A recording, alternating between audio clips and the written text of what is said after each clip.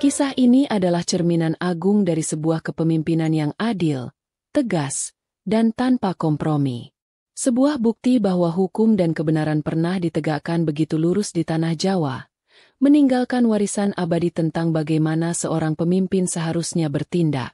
Ratu Shima bukanlah sekadar nama dalam catatan kuno, melainkan simbol keadilan yang namanya terus menggema melintasi zaman, menjadi teladan yang tak lekang oleh waktu.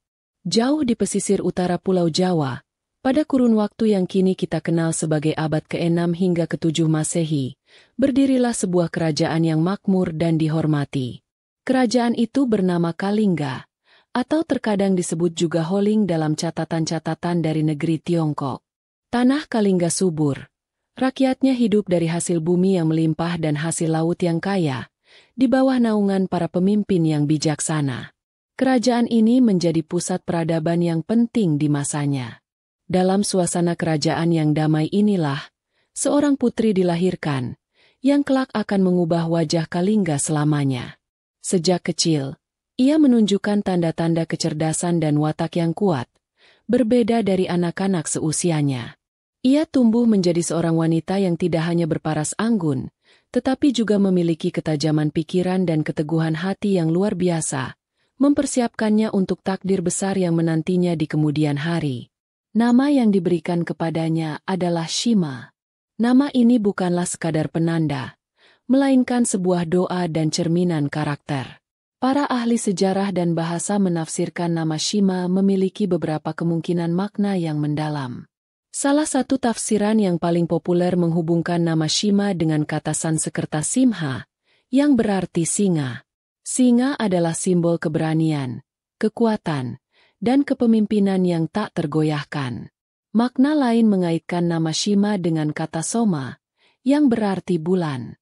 Seperti bulan yang bersinar di tengah kegelapan malam, memberikan petunjuk dan keindahan, Shima diharapkan menjadi penerang bagi rakyatnya. Ia akan menjadi sumber keadilan yang menyejukkan sekaligus tegas, menerangi jalan kebenaran di tengah kerumitan dunia. Kedua makna ini, baik singa maupun bulan, secara luar biasa mewakili dua sisi kepemimpinannya kelak. Pada akhirnya, nama Shima menjadi satu dengan perbuatannya. Nama itu tidak lagi hanya sekadar kata, melainkan telah menjelma menjadi sebuah legenda. Ketika orang menyebut nama Shima, yang terbayang adalah sosok seorang ratu agung yang memegang teguh keadilan laksana singa yang menjaga wilayahnya, dan menyinari kerajaannya dengan kebijaksanaan laksana cahaya rembulan di malam yang kelam. Sebelum Ratu Shima memegang tampuk kekuasaan, kerajaan Kalingga dipimpin oleh suaminya, Raja Kartikeya Singa. Sang raja adalah pemimpin yang baik, namun takdir berkata lain. Ia wafat dan meninggalkan tahta kerajaan dalam keadaan kosong. Kepergiannya membawa duka mendalam bagi seluruh rakyat Kalingga, sekaligus menimbulkan pertanyaan besar tentang siapa yang akan melanjutkan kepemimpinan dan menjaga keutuhan negeri. Di tengah ketidakpastian itu, para dewan penasihat kerajaan, tetua adat, dan kaum bangsawan berkumpul untuk mengadakan musyawarah penting. Mereka mencari sosok yang paling layak untuk menggantikan mendiang raja. Berbagai nama dipertimbangkan. Berbagai calon diuji kelayakannya. Namun, satu nama terus bersinar paling terang di antara yang lain, yaitu Shima, permaisuri dari mendiang raja. Shima bukanlah sekadar seorang permaisuri yang hidup dalam kemewahan istana.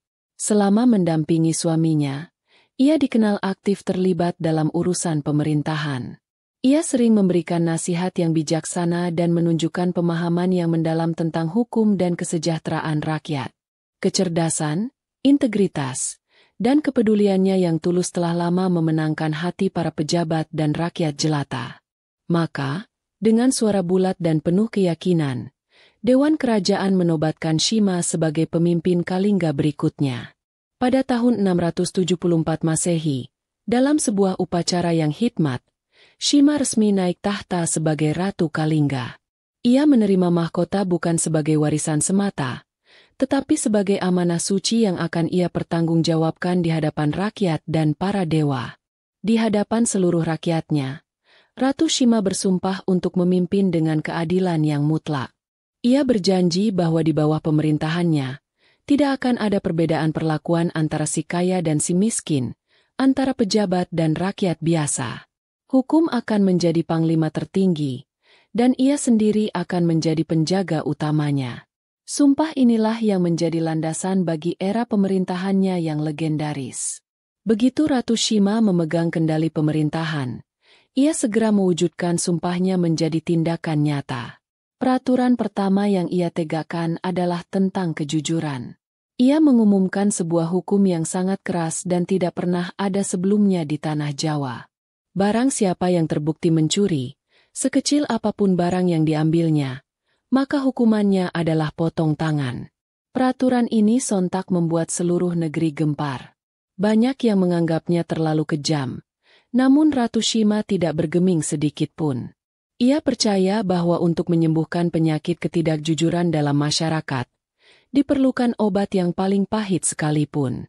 Tujuannya bukanlah untuk menyakiti, melainkan untuk menciptakan efek jera yang absolut agar tidak ada lagi yang berani mengambil hak milik orang lain. Hasilnya sungguh menakjubkan. Rasa takut terhadap hukuman yang tegas itu perlahan berubah menjadi sebuah kebiasaan untuk berlaku jujur. Rakyat Kalingga menjadi sangat disiplin. Tidak ada lagi pencurian. Tidak ada lagi penipuan. Para pedagang bisa meninggalkan barang dagangan mereka di pasar tanpa rasa khawatir. Para petani bisa meninggalkan hasil panen mereka di ladang tanpa ada yang mengganggu. Keamanan dan ketertiban tercipta di seluruh penjuru negeri. Orang-orang bisa tidur dengan pintu rumah yang tidak terkunci, karena mereka percaya sepenuhnya pada kejujuran tetangga dan keamanan lingkungan mereka. Suasana saling percaya ini membuat kehidupan di Kalingga menjadi sangat tentram dan damai. Kesejahteraan pun meningkat pesat karena semua orang bisa bekerja dengan tenang tanpa takut kehilangan hasil jerih payahnya. Ratu Shima mengajarkan sebuah prinsip fundamental, bahwa hukum harus berlaku untuk semua tanpa terkecuali. Ia sendiri hidup dengan sangat sederhana dan menjadi teladan utama dari setiap aturan yang ia buat. Ia membuktikan bahwa ketegasan yang didasari oleh niat baik untuk kesejahteraan bersama akan menghasilkan sebuah tatanan masyarakat yang ideal, di mana kejujuran menjadi napas kehidupan sehari-hari. Kabar tentang betapa jujur dan amannya kerajaan Kalingga di bawah pimpinan Ratu Shima menyebar ke berbagai penjuru dunia. Kisah tentang negeri di mana tidak ada pencuri sama sekali terdengar seperti sebuah dongeng bagi para saudagar dan pelancong dari negeri seberang. Berita ini bahkan sampai ke telinga seorang penguasa besar dari tanah Arab, yang memimpin sebuah kekhalifahan yang luas. Sang penguasa Arab merasa penasaran sekaligus tidak percaya sepenuhnya dengan kabar tersebut. Mungkinkah ada sebuah negeri di dunia ini yang rakyatnya begitu jujur sehingga barang berharga yang tergeletak di jalanan pun tidak akan ada yang mengambilnya? Untuk membuktikan kebenaran kabar angin itu, ia pun merancang sebuah ujian yang sangat cermat dan rapi. Ia memerintahkan seorang utusannya untuk membawa sebuah kantong yang terbuat dari pundi-pundi terbaik, lalu mengisinya hingga penuh dengan kepingan-kepingan emas murni. Utusan itu kemudian diperintahkan untuk pergi ke Kalingga dan meletakkan kantong emas itu secara diam-diam di sebuah lokasi yang sangat strategis, seperti di tengah persimpangan jalan utama atau di pusat pasar yang selalu ramai dilalui orang. Sang utusan melaksanakan perintah rajanya dengan sempurna. Ia tiba di Kalingga dan meletakkan kantong emas yang berkilauan itu di tengah jalan yang ramai. Setelah itu, ia dan mata-mata lainnya mengawasi dari kejauhan, menunggu reaksi dari rakyat Kalingga. Mereka mengira tidak akan butuh waktu lama sampai seseorang yang tamak mengambil kantong emas tersebut dan membawanya lari. Namun, apa yang terjadi selanjutnya benar-benar di luar dugaan mereka. Hari berganti hari, minggu berganti minggu, bulan berganti bulan. Bahkan menurut beberapa catatan hingga 3 tahun lamanya, kantong emas itu tetap tergeletak di tempatnya. Ribuan orang melewatinya setiap hari, melihatnya, namun tidak ada satupun yang berani menyentuhnya, apalagi mengambilnya. Mereka tahu itu bukan milik mereka, dan hukum Ratu Shima telah tertanam begitu dalam di sanubari mereka.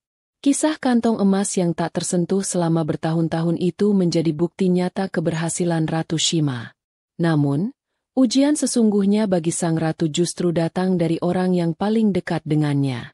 Ia memiliki seorang putra, sang pewaris tahta kerajaan Kalingga, yang bernama Pangeran Narayana.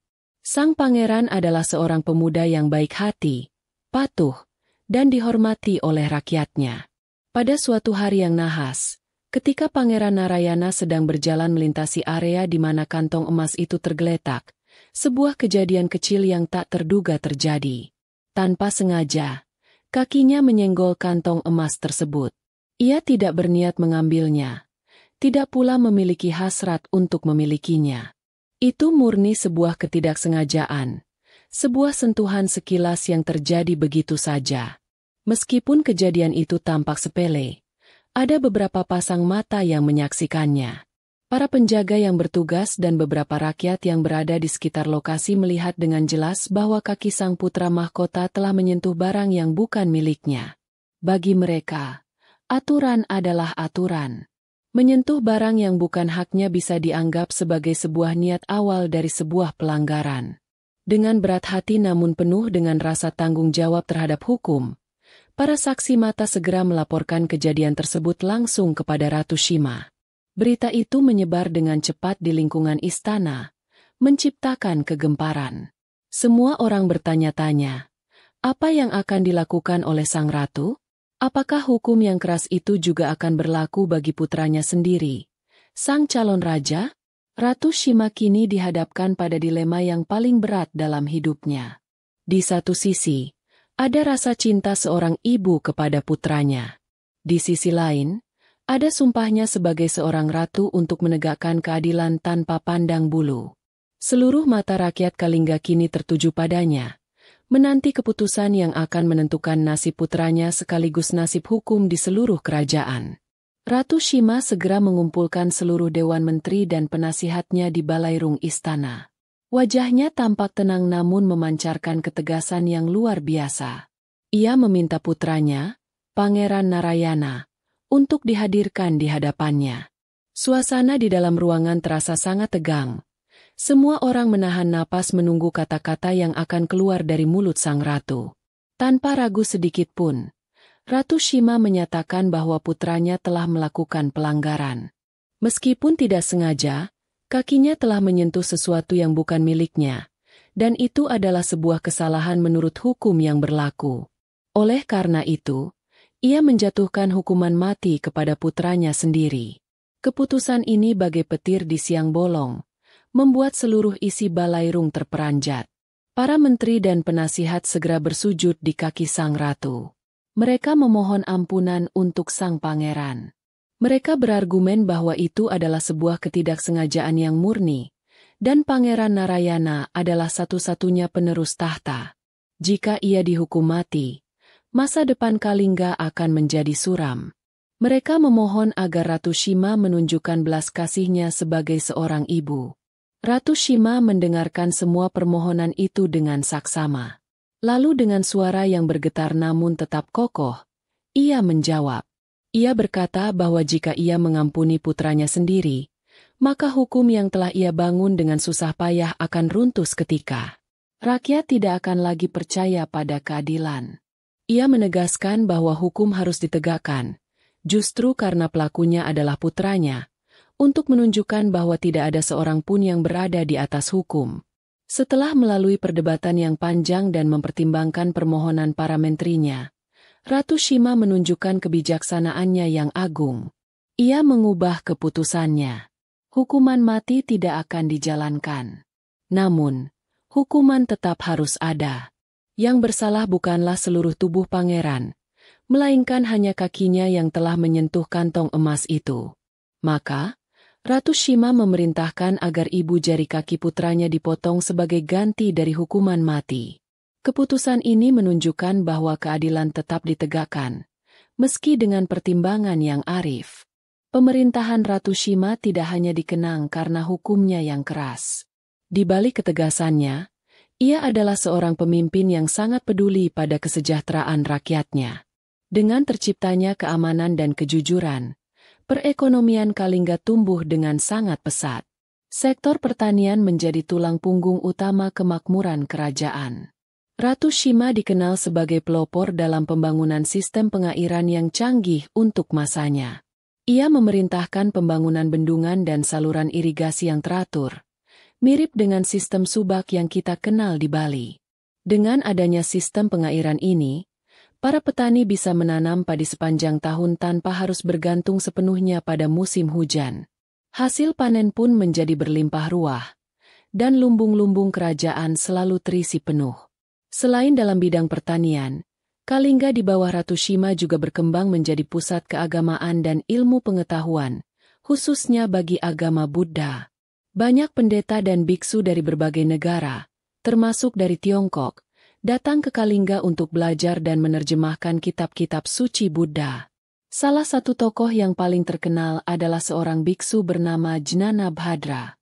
Kehadiran para cendekiawan ini menjadikan Kalingga sebagai mercusuar pengetahuan di Nusantara. Ratu Shima memberikan dukungan penuh terhadap kegiatan intelektual dan keagamaan ini. Ia memastikan para biksu dan pelajar mendapatkan semua fasilitas yang mereka butuhkan. Toleransi beragama juga dijunjung tinggi, menciptakan lingkungan yang kondusif untuk perkembangan spiritual dan pemikiran. Dengan demikian, warisan Ratu Shima bukanlah sekadar ketakutan terhadap hukum, melainkan sebuah peradaban yang utuh. Ia berhasil menciptakan masyarakat yang tidak hanya jujur dan tertib, tetapi juga makmur secara ekonomi, maju dalam ilmu pengetahuan, dan kaya dalam kehidupan spiritual. Ia membangun fondasi sebuah negara yang kuat di segala bidang. Ratu Shima memerintah kerajaan Kalingga dalam kurun waktu yang cukup lama, membawanya ke puncak zaman keemasan. Ia memimpin dengan tangan besi yang terbungkus dalam sarung tangan keadilan dan kebijaksanaan hingga usia senja. Wibawanya tidak pernah luntur, dan rasa hormat serta segan dari rakyatnya tidak pernah berkurang sedikitpun hingga akhir hayatnya. Setelah Ratu Shima wafat, kepemimpinan Kalingga dilanjutkan oleh keturunannya. Menurut beberapa catatan sejarah, setelah wafatnya sang ratu, kerajaan tersebut dibagi menjadi dua untuk menghindari perebutan kekuasaan di antara para penerusnya. Pembagian ini, sayangnya, menjadi awal dari melemahnya pengaruh Kalingga di panggung politik Nusantara pada masa itu. Seiring berjalannya waktu, kerajaan-kerajaan lain di sekitarnya mulai bangkit dan menunjukkan kekuatannya, terutama kerajaan Sriwijaya di Sumatera yang tumbuh menjadi sebuah kemaharajaan maritim yang besar. Perlahan tapi pasti, pamor kerajaan Kalingga mulai meredup dan akhirnya lenyap dari catatan sejarah, digantikan oleh kekuatan-kekuatan baru yang muncul. Meskipun kerajaannya telah lama sirna ditelan zaman, nama dan kisah Ratu Shima tidak pernah mati. Legenda tentang keadilannya yang tanpa kompromi, ketegasannya dalam menegakkan hukum, dan kebijaksanaannya dalam memimpin terus diceritakan dari satu generasi ke generasi berikutnya. Kisahnya menjadi abadi, terukir kuat dalam ingatan kolektif masyarakat Jawa dan Nusantara. Kisah Ratu Shima meninggalkan sebuah pesan moral yang sangat kuat dan relevan hingga kapanpun. Bahwa seorang pemimpin sejati adalah ia yang berani memulai penegakan hukum dari dirinya sendiri dan lingkungan terdekatnya. Keadilan sejati tidak mengenal keluarga atau jabatan. Integritas dan ketegasan dalam kebenaran adalah fondasi utama dari sebuah bangsa yang besar, makmur, dan beradab, sebuah warisan pemikiran yang akan terus hidup selamanya.